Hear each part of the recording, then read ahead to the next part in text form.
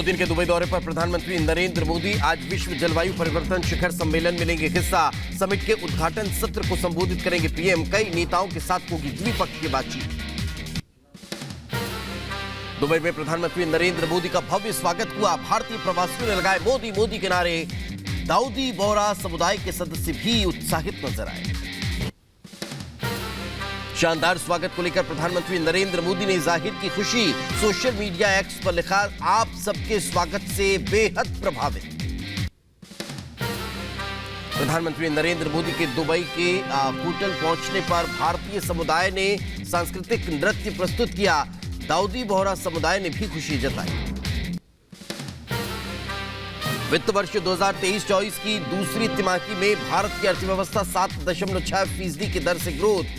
एक साल पहले दूसरी तिमाही में भारत का ग्रोथ रेट 6.2% था। जीडीपी की वृद्धि पर प्रधानमंत्री नरेंद्र मोदी ने एक्स पर पोस्ट पर लिखा, कठिन दौर में भी भारत की अर्थव्यवस्था मजबूत, जीवन की सुगमता में सुधार करने के लिए तेजी से विकास सुनिश्चित करने के लिए प्रतिबद्ध। प्रधानमंत्री नरेंद्र मोदी ने विकसित भारत संकल्प यात्रा के लाभार्थियों से किया संवाद। बोले, 4 स्तंभों पर टिका विकसित भारत का संकल्प। विपक्षी जाति जनगणना की मांग पर पीएम मोदी का पलटवार, कहा, मेरे लिए देश में सिर्फ 4 जाति, गरीब, युवा, महिला और किसान, मैं इनके विकास के लिए कर रहा हूं काम।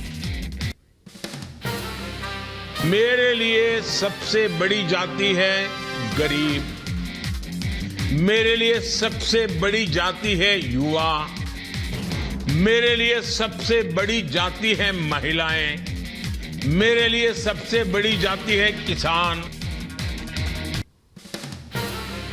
प्रधानमंत्री नरेंद्र मोदी ने 51,000 युवाओं को सौंपा नियुक्ति पत्र। कहा, सालों से लटकी भटकी परियोजनाओं को मिशन मोड पर कराया जा रहा है पूरा।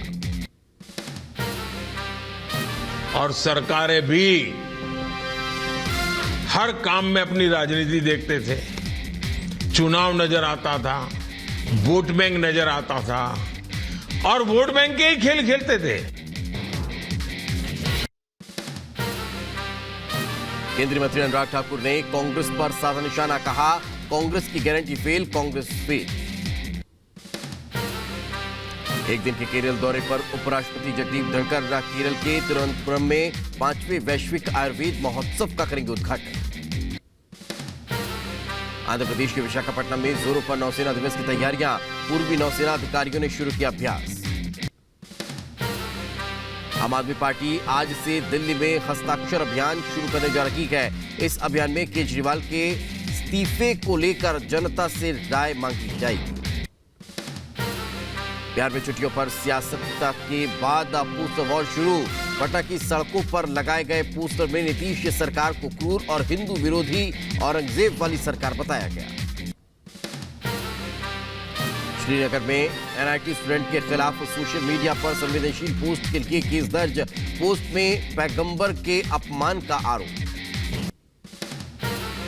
भारतीय वायुसेना को की और मजबूत। रक्षा मंत्री राजनाथ सिंह ने 97 तेजस फाइटर जेट और 150 प्रचंड हेलीकॉप्टर की खरीदी को मंजूरी दी। वायुसेना के लिए तेजस और प्रचंड हेलीकॉप्टर की खरीदी को मंजूरी पर बोले एयरफोर्स चीफ मार्शल विवेक राम चौधरी, अब हम दूसरे देशों को इस एयरक्राफ्ट को एक्सपोर्ट करने में सक्षम हैं। मेघालय के उमरोई में भारतीय सेना और अमेरिकी सेना की विशेष टुकड़ियों के बीच संयुक्त युद्धाभ्यास जारी। 11 दिसंबर तक चलेगा अभ्यास। पंजाब के पूर्व कांग्रेस मंत्री साधु सिंह का धर्मसूद पर कसा ईडी का शिकंजा। वन घोटाला मामले में ईडी ने साधु सिंह के आवास पर मारा छापा। रिपब्लिक भारत पर बोला अंजू का पाकिस्तानी पति नसरुल्ला, मुझे अंजू पर पूरा भरोसा है, मैं लीगल तरीके से अंजू को लेने आऊंगा हिंदुस्तान। अंजू के बच्चों को अपनाने के लिए भी तैयार। पाकिस्तान से भारत आई सीमा कैदर मामले में नया मोड़। सऊदी से पाकिस्तान लौटा सीमा का पहला पति गुलाम कैदर। पाकिस्तान सरकार से पत्नी और बच्चों को वापस बुलाने की गुहार लगाई। ज्ञानवापी मामले में कोर्ट ने एएसआई को दी 10 दिन की मोहलत। हिदायत के साथ कहा 11 दिसंबर तक सौंपे सर्वे रिपोर्ट। उत्तरकाशी की टनल से बाहर आए सभी मजदूरों को ऋषिकेश एम्स में से मिली छुट्टी। बसों में बैठकर सभी अपने अपने घरों के लिए रवाना। उत्तरकाशी के सिलक्यारा टनल के अंदर की पहली तस्वीर सामने आई है। टनल में 17 दिन से फंसे मजदूरों ने बनाया वीडियो। टनल में खाने पीने का दिख रहा सामान। पश्चिम बंगाल के कोलकाता में टीएमसी कार्यकर्ताओं का प्रदर्शन। 100 दिन के फंड के मुद्दे पर किया धरना प्रदर्शन। प्रयागराज कांड के आरोपी लारेब के मोबाइल की जांच जारी। लारेब ने गिरफ्तारी से पहले अपने मोबाइल से कई वीडियो डिलीट किए। सूत्रों के हवाले से खबर, पुलिस फोन के डेटा को जल्द रिट्रीव करने की कोशिश में जुटी। जम्मू कश्मीर के पुलवामा में सुरक्षा बलों को बड़ी कामयाबी। मुठभेड़ में सुरक्षा बलों ने एक आतंकी को मार गिराया। जम्मू कश्मीर में पुलिस, सेना और सीआरपीएफ को बड़ी कामयाबी। हंदवाड़ में लश्कर की मौजूद का खुलासा हुआ है। पुलिस ने आतंकियों के 2 मददगारों को हथियार के साथ गिरफ्तार किया। उत्तर प्रदेश के अम्बेडकर नगर में सड़क किनारे अतिक्रमण पर चला बुलडोजर। सड़क किनारे बने हुए अतिक्रमण कर बनाए गए मकानों पर बुलडोजर चलाकर गिराया गया। नोटिस देने के बाद प्रशासन की कार्रवाई। मध्य प्रदेश के कुशीनगर में तालाब पर किए गए अतिक्रमण को प्रशासन ने हटवाया। बुलडोजर कार्रवाई के दौरान भारी पुलिस बल मौजूद रहा। उत्तर प्रदेश के अवैध लाउडस्पीकरों पर एक्शन जारी। गोंडा में 60 से अधिक लाउडस्पीकर उतरवाए गए। 600 लाउडस्पीकरों की कम करवाई गई आवाज। उत्तर प्रदेश के हाथरस में विशेष सचिव व प्रशासनिक सुधार राजाराम में जिला अस्पताल का औचक निरीक्षण किया गया। मरीजों का भी हालचाल जाना। अस्पताल में गंदगी देख नाराजगी भी जताई। यूपी के बदायूं में डीएम ने आश्रय स्थल का औचक निरीक्षण किया गया। बेघर या बेसहारा लोगों को आश्रय स्थल में ठहरने की व्यवस्था ठीक करने के निर्देश दिए। उत्तर प्रदेश के बुलंदशहर में विवाहिता की मौत से पहले का वीडियो वायरल हुआ है। विवाहिता ने ससुरालियों पर लगाया प्रताड़ित करने का आरोप। पूरे मामले में पुलिस ने पति सहित 6 आरोपियों के खिलाफ केस दर्ज किया है। उनकी हिरासत में 3 आरोपियों से पूछताछ जारी। उत्तर प्रदेश के गाजियाबाद में बुजुर्ग से ठगी का हैरान करने वाला मामला सामने आया है। साइबर ठगों ने आईपीएस बनकर बुजुर्ग को ठगा। एआई का इस्तेमाल कर डीफेक वीडियो के जरिए बुजुर्ग से 74,000 रुपए की ठगी की गई। झूठे केस में फंसाने की धमकी देकर ठगी की वारदात को अंजाम दिया। फिलहाल आरोपियों की तलाश में पुलिस। कुछ लोगों के द्वारा वीडियो कॉल करते हुए पुलिस अधिकारी बनकर धमकाया गया तथा उनसे 74,000 रुपयों का हस्तांतरण करा लिया गया। उक्त के संदर्भ में तत्काल ही तहरीर प्राप्त करके सुसंगत धाराओं में अभियोग पंजीकृत किया गया है। इसमें साइबर सेल का भी सहयोग लिया जा रहा है। उत्तर प्रदेश के बुलंदशहर में किलर ने की सुपारी देने वाले की हत्या। 6 लाख में पत्नी की हत्या की सुपारी थी। हत्यारों ने पति को ही मार डाला। पूरे मामले में पुलिस ने सुपारी किलर और उसके साथी को गिरफ्तार किया। मौके से 3 लाख रुपए की नकदी और कई हथियार बरामद हुए। जो मृतक है अपनी पत्नी की हत्या कराना चाहता था, इसलिए इसने एक सुपारी दिया था उनको कि उसकी हत्या करने के लिए। इन लोगों ने अभी सोचा कि पैसे चुके ले चुके थे, इसलिए इन्होंने प्लान करके फिर वहीं पर उसको गोली मारकर। मुजफ्फरपुर के एसकेएमसीएच अस्पताल में एक युवक ने नाबालिग से दुष्कर्म किया। परिजन से मिलने आई थी पीड़िता। आरोपी ने नाबालिग को अकेला देख किया रेप। युवती से दुष्कर्म के बाद मौके से फरार हुआ आरोपी।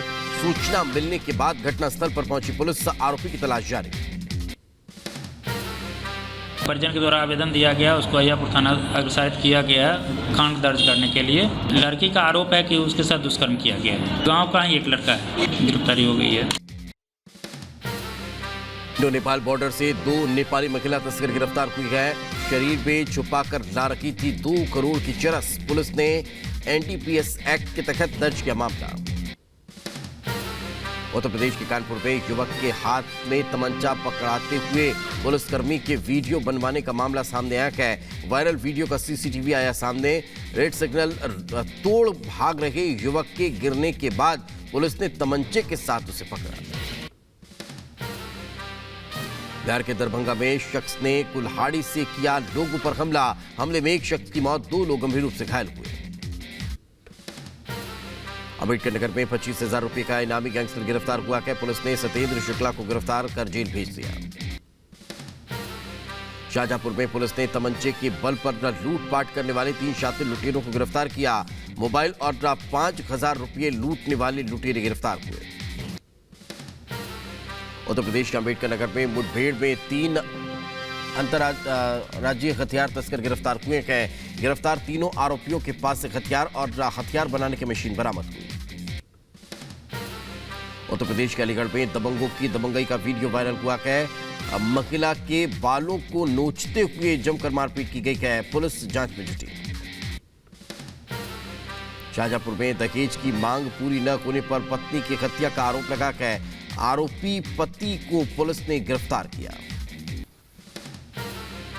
उत्तर प्रदेश के बदायूं में गर्म रोटी न मिलने से नाराज बारातियों ने हलवाई पर खौलता हुआ तेल फेंक दिया है। दूल्हे के चाचा ने बारातियों के साथ मिलकर घटना को अंजाम दिया। पुलिस जांच में जुटी। उत्तर प्रदेश के बरेली में हुआ दर्दनाक हादसा। बस चालक ने अपने ही यात्री को कुचला। बाथरूम जाने के लिए नहीं मिली परमिशन तो यात्री ने जबरन की थी बस से उतरने की कोशिश। बस पर लटका रहा यात्री, फिर भी ड्राइवर ने नहीं रोकी बस। हाथ छूटने से बस के नीचे आया यात्री। मौत के बाद अन्य यात्रियों ने चालकों की जमकर पिटाई की। विशाखापट्टनम में हुआ दर्दनाक हादसा। मछुआरों के लकड़ी के बॉक्स में लगी आग। मौके पर पहुंची दमकल विभाग की टीम आग पर पाया काबू। उत्तर प्रदेश के रायबरेली में एनटीपीसी आवासीय परिसर में कैंटीन में भीषण आग लग गई। शॉर्ट सर्किट से आग लगने की वजह बताई जा रही है। दमकल कर्मियों ने आग पर काबू पाया। उत्तर प्रदेश के मुजफ्फरनगर में नेशनल हाईवे पर भीषण सड़क हादसा हुआ। अनियंत्रित ट्रक ने बाइक सवार भाई बहन को कुचला। सड़क हादसे में भाई और बहन की दर्दनाक मौत।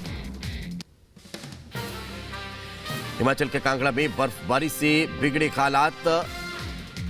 बड़ी ठंड, लोगों को मुश्किलों का करना पड़ रहा सामना। रिपब्लिक भारत के एग्जिट पोल में मध्य प्रदेश में बीजेपी सरकार। बीजेपी को 118 से 130 सीटें मिलने का अनुमान। कांग्रेस को 97 से 107 सीट मिलने का आसार। मध्य प्रदेश में बीजेपी को बम्पर वोट मिलने का अनुमान। एग्जिट पोल में बीजेपी को 43.4% वोट मिलने की संभावना, जबकि कांग्रेस के खाते में 41.7% वोट का अनुमान। अन्य 14.9% मिल सकते हैं वोट। एग्जिट पोल के मध्य प्रदेश के मुख्यमंत्री शिवराज सिंह चौहान ने बताया सही। कहा, बीजेपी मध्य प्रदेश में बहुमत के साथ बना रही सरकार। मैंने पहले ही कहा था, मध्य प्रदेश में कोई कांटे की टक्कर नहीं है। भारतीय जनता पार्टी भारी बहुमत से जीतेगी। फिर लौट सकते हैं बघेल। रिपब्लिक भारत के एग्जिट पोल में कांग्रेस को 90 में से 44 से 52 सीटें मिलने का अनुमान है, तो बीजेपी को 34 से 42 सीटों की संभावना। रिपब्लिक भारत के एग्जिट पोल में छत्तीसगढ़ में कांग्रेस को 44.2% वोट शेयर, तो बीजेपी को 40.2% वोट शेयर असंभव। वहीं छत्तीसगढ़ में अन्य को मिल सकता है 15.6% वोट। बीजेपी नेता और छत्तीसगढ़ के पूर्व मुख्यमंत्री रमन सिंह का बड़ा दावा। कहा, छत्तीसगढ़ में हम स्पष्ट बहुमत से बनाएंगे सरकार। वहीं एग्जिट पोल पर बोले छत्तीसगढ़ के मुख्यमंत्री भूपेश बघेल, हमने 75 सीटों के पार का लक्ष्य रखा था, हम उसी के आसपास रहेंगे। एग्जिट पोल में 3 दिसंबर को राजस्थान में बीजेपी की आ रही है सरकार। बीजेपी को 115 से 130 सीटों का अनुमान, तो कांग्रेस को मिल सकती है 65 से 70 सीटें। राजस्थान में बीजेपी को बम्पर वोट शेयर संभव। एग्जिट पोल के मुताबिक बीजेपी को 43.7% वोट का अनुमान, जबकि कांग्रेस को 39.6% वोट का अनुमान। राजस्थान बीजेपी अध्यक्ष सीपी जोशी का बड़ा बयान, कहा राजस्थान में हम 135 सीटें जीतकर सरकार बनाने जा रहे हैं। 130 से 35 सीटें भारतीय जनता पार्टी की सरकार की आएगी स्पष्ट रूप से। बीजेपी नेता राज्यवर्धन सिंह राठौर का बयान आया सामने, कहा 100% हम राजस्थान में सरकार बना रखे हैं। मध्य प्रदेश में भी बड़े मार्जिन के साथ जीत रखे हैं। छत्तीसगढ़ में बीजेपी पलटेगी नतीजे। एक पूर्ण बहुमत की सरकार, एक प्रचंड जीत के साथ भारतीय जनता पार्टी सरकार बना रही है, ये निश्चित है। बीजेपी नेता राजेंद्र सिंह राठौर ने कहा राजस्थान में 130 प्लस से बीजेपी बनाएगी सरकार। कांग्रेस से बीजेपी की कोई लड़ाई नहीं। कांग्रेस नेता गौरव वल्लभ ने किया दावा, राजस्थान में इस बार नहीं बदलेगा रिवाज। राजस्थान इस बार पॉजिटिव वोटिंग, लोगों ने काम पर दिया वोट। तेलंगाना में बन सकती है कांग्रेस सरकार। एग्जिट पोल में कांग्रेस को 58 से 68 सीटों की संभावना, तो बीआरएस को 46 से 56 सीटें मिलने की उम्मीद। तेलंगाना में 119 सीटों पर शाम 5 बजे तक करीब 64% मतदान हुआ। कई सियासी दिग्गजों और फिल्मी सितारों ने डाले वोट। 3 दिसंबर को आएंगे नतीजे। तेलंगाना के मुख्यमंत्री केसीआर की बेटी की कविता का बड़ा बयान, कहा इस बार भी बीआरएस की जीत होगी। 5 राज्यों के विधानसभा चुनाव को लेकर सपा सांसद डॉक्टर बर्क का बयान आया सामने, कहा जनता बीजेपी को देगी मुंहतोड़ जवाब, भाजपा का होगा सफाया। गाजा पट्टी में 24 घंटे खिलके बड़ा सीज फायर। इजरायल और हमास के बीच युद्ध विराम बढ़ाने पर बनी सहमति। बंधकों की रिहाई के बदले बढ़ाया गया सीज फायर। युद्ध विराम बढ़ने के बाद हमास ने 2 इजरायली महिला बंधकों को भी रिहा किया। यरूशलेम में हमास आतंकियों की तरफ से लोगों की हत्या करने के तुरंत बाद एक्शन में पीएम नेतन्याहू अमेरिकी विदेश मंत्री के साथ बैठक की। इजरायली बंधकों की रिहाई के बीच आईडीएफ का बड़ा बयान, कहा जब तक हमास बंधकों की रिहा करता रहेगा तब तक जारी रहेगा संघर्ष विराम। हमास की कैद से आजाद हुए थाई बंधक का बैंकॉक पहुंचे। युद्ध विराम के दौरान हमास की तरफ से छोड़े गए थे थाई लोग। युद्ध विराम के बीच इजरायल की राजधानी यरूशलेम में हुई गोलीबारी। कार से उतरकर एक शख्स ने भीड़ में फायरिंग की। अमेरिकी विदेश मंत्री को इजरायल के रक्षा मंत्री ने दिया संदेश, कहा युद्ध तब तक जारी रहेगा जब तक हम जीत नहीं जाते। गैल नामक का शख्स भी हमास के कब्जे में रिहा। इजरायली सेना की मदद से पहुंचाया गया घर। गाजा में एक बार फिर से सीज फायर बढ़ा। हमास की तरफ से लगातार छोड़े जा रखे हैं बंधक। हमास की कैद से रिहा हुई बंधक का मियां शेम रिहा होने के बाद पहुंची एयरबेस। परिजनों से मुलाकात की, भव्य स्वागत हुआ। हमास की तरफ से लगातार इजरायली बंधकों की रिहाई जारी। कब्जे से एक और महिला आजाद। दुबई में इजरायली राष्ट्रपति से मिले यूएई के राष्ट्रपति। हमास के कब्जे में कैद इजरायली बंधकों को लेकर दोनों नेताओं ने विचार विमर्श किया। गाजा में फंसे आम लोगों के लिए मानवीय सहायता जारी। भोजन पानी समेत आवश्यक चीजों के 200 ट्रक पहुंचाए गए। गाजा में 6 इजरायली बंधकों को रिहा किए जाने की खबर। आईडीएफ की तरफ से आया बयान। हमास की कैद से रिहा हुए 6 बंधकों को जल्द भेजा जाएगा इजरायल। पिछले 8 हफ्तों से हमास के कब्जे में थे इजरायली बंधक। हूती विद्रोहियों ने इजरायल को दी धमकी, कहा युद्ध विराम के बाद इजरायल ने गाजा में किए हमले। वहीं सीजफायर बढ़ाने पर सहमति के बीच इजरायल पर हमला। यरूशलेम में आतंकी हमले में एक नाबालिग लड़की की मौत हुई। न्याय के बाद बैंकॉक पहुंचे थाई नागरिक का हमास ने बनाया था थाई नागरिकों को बंधक। इजरायल दौरे पर अमेरिकी विदेश मंत्री ब्लिंकन इजरायल के पीएम नेतन्याहू से मुलाकात की।